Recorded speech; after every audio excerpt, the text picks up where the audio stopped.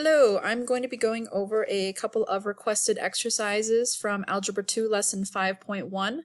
Now, there are a couple different versions of this packet, so if you are following along with a different version, some of your numbers might be different, but the process for the questions will be the same.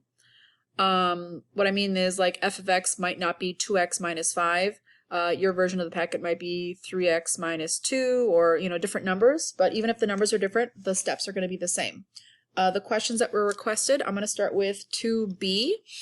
And the difference between 2a and 2b is just using this equation for anytime it says we're putting it into function f, versus using this equation anytime we're using function g. So, for letter B specifically, because it says g of 5, I'm going to take that 5 and I'm going to substitute it right into the x of this equation, and then I just need to evaluate that expression. So that'll be 5 squared plus 3. So we're just replacing the x in the function with the number that we're told. 5 times 5 is 25. 25 plus 3 is 28, and that's all there is to it. So just like with the f function, with the g function, we're just taking that number and plugging it in for the x. If we look at problem E, we're doing the exact same thing, but we're going to do it twice and then add our two answers together. So first, I'm going to substitute 2 in for the x of the f function, so that'll be 2 times 2 minus 5, whatever that answer is. I'm also going to substitute 1 into the g equation, so that'll be 1 squared plus 3.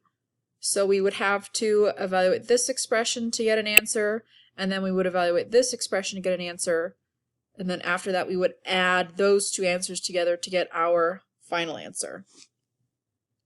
Hopefully that can get you going on the rest of problem 2.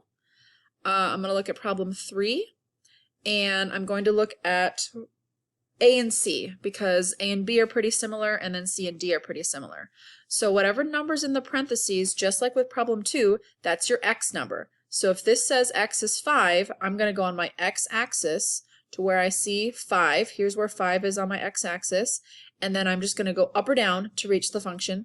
If the graph is drawn above, I'd go up. If the graph is drawn below, I'd go down. So in this case, I'm going to go down, and I'm specifically going down one space to reach this curve that I'm being told is f of x.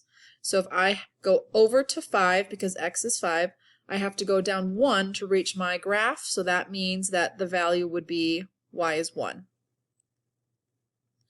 So this is the same deal. Go over to -2, and then how far up to reach the curve.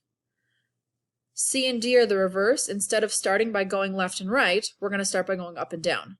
So because it's a negative, that means I'm going to start by going down 2 from the origin, and then how far horizontally to get to the graph. So if I'm starting at the origin, I'm going to go down 2. That puts me right here. And then I'm going to go sideways until I reach my curve. I'm going to the right 2 spaces, so that means x will be 2. So that's the difference. If I have the number in parentheses, go left or right first. Right for positives and left for negatives.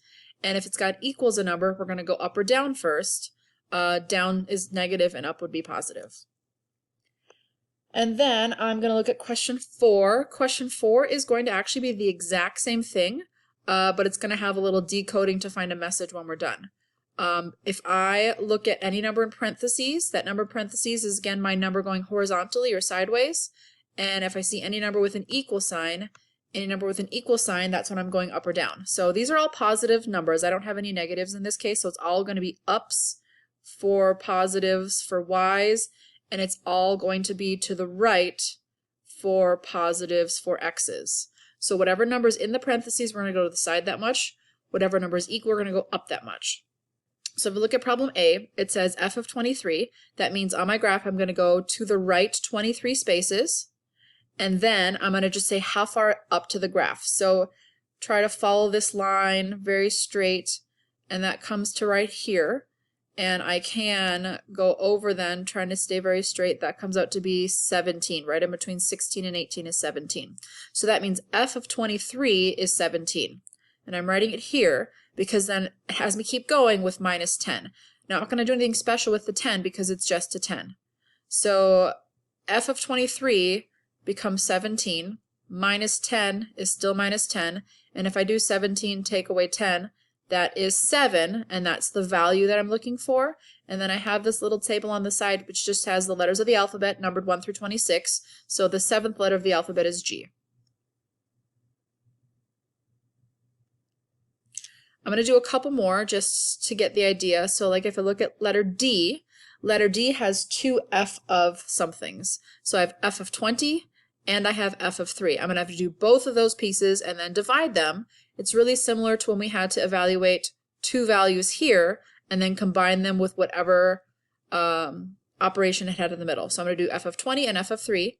That means I'm going to go over to 20 and up, follow the line that comes out at 20. So f of 20 is 20. And then I'm going to keep my divided by, and then it says f of 3. F of 3 is here.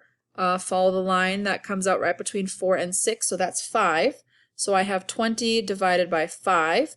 I know that is 4, and the 4th letter of the alphabet, A, B, C, D, also on the table on the side if we needed it. And we're just going to keep doing those like that. I'm going to do one more just because this one with the equals is a little bit different. So x, when f of x is 18, means we're going to go up to 18. On the side here is 18. Follow our line, and that comes out at 19. And there's nothing else in that one, so it's just 19. And the 19th letter of the alphabet is S. So anytime you have a number in parentheses, if you have a number in your parentheses, make sure you're finding that number on the bottom and going up and over.